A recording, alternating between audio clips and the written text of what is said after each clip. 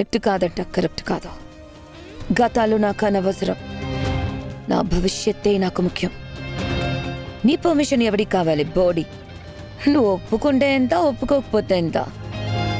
నేను ఖచ్చితంగా యువరాణ్ణి నవ్వుతాను.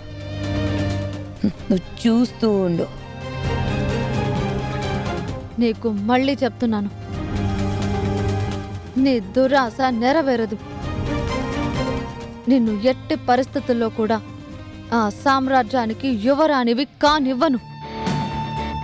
ఆ సింహాసనానికి అపవిత్రత తీసుకురాను. అపవిత్రత? ఏంటి ఆ అపవిత్రత? ఆ సింహాసనం ఏమైనా ఆకాశంలో నుంచి ఊడిపడిందా? దేవుళ్ళందరూ వచ్చి ఆ సింహాసనాన్ని అక్కడ చెక్కారా? చెప్పు. అది దేవుళ్ళొచ్చి చెప్పకపోవచ్చు, ఆకాశం నుంచి ఊడిపడకపోవచ్చు.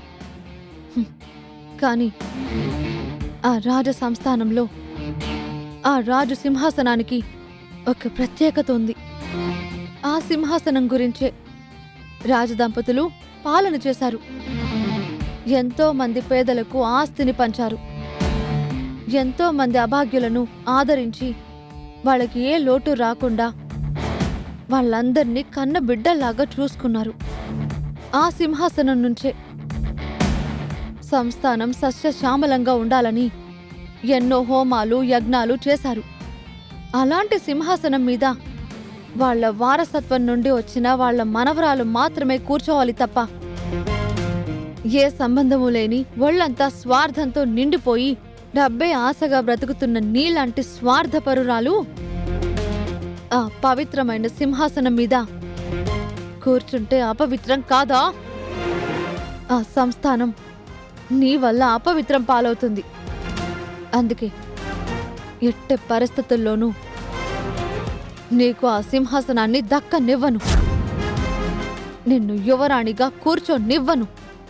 చూడు చామంతి, నువ్వెంత గింజుకున్నా, ఆయాసపడిపోయి ఎంత వాగినా నో యూస్.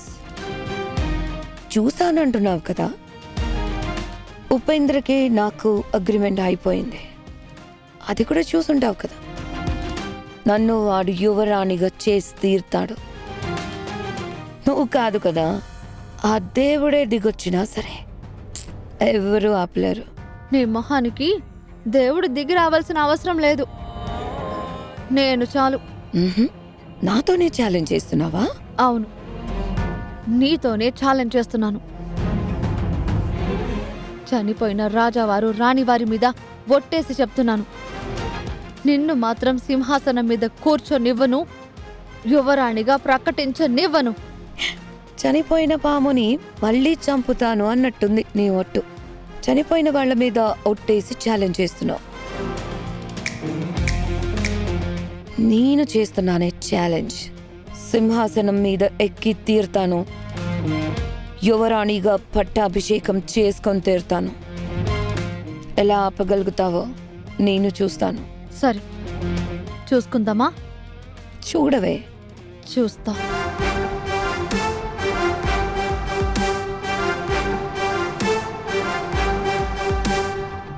రెచ్చగొట్టావుగా, ఇంకెలా రెచ్చిపోతానో చూడవే.